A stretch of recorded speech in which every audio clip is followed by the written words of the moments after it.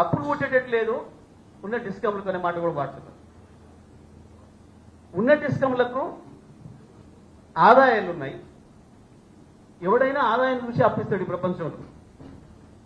అప్పించేటప్పుడు ఎవడైనా చిన్నోడి నుంచి పెద్దోడి వరకు 10 రూపాయల నుంచి ₹1 కోటి ₹1,00,000 వరకు వీడు మళ్ళీ తీరుస్తాడా లేదా, ఎట్లా తీరుస్తాడని చూసే ఇస్తారు. బహుశా ఇంతకుముందు వారు మాట్లాడు వేణుగోపాలరావు గారు కావచ్చు, వారు కూడా అది చెప్పినారు.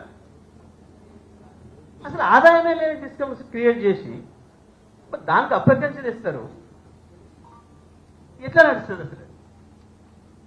దానికి ఆదాయమే లేదు.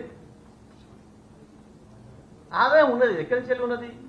కేవలం ఒక 600-700 కనెక్షన్స్ నుంచి ఉన్నది.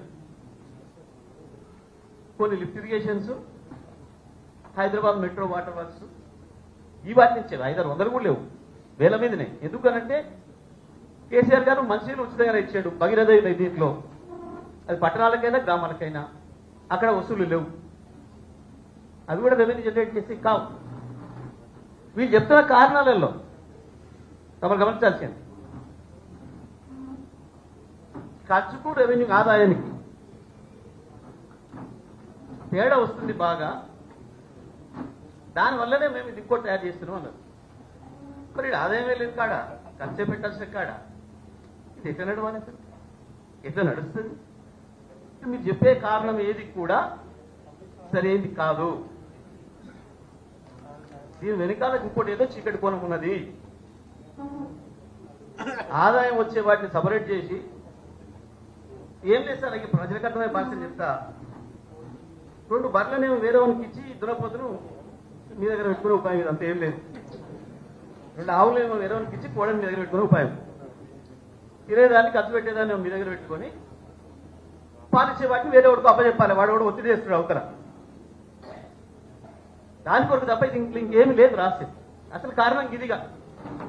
ఇక దాని కొరకు దీని తోక వాలేదు, దానికి గీతలు వాలేవు, దీనికి కొమ్ములు వాలేవు, ఈ వంకాయ చెప్తున్నారు.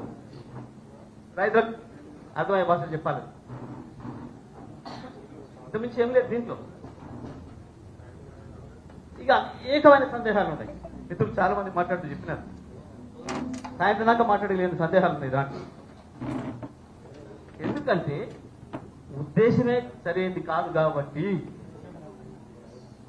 దీన్ని క్రియేషన్ చేయడానికి, దీన్ని సృష్టించడానికి ఉద్దేశమే సరైనది కాదు కాబట్టి దానికి సరైన విధానం లేదు.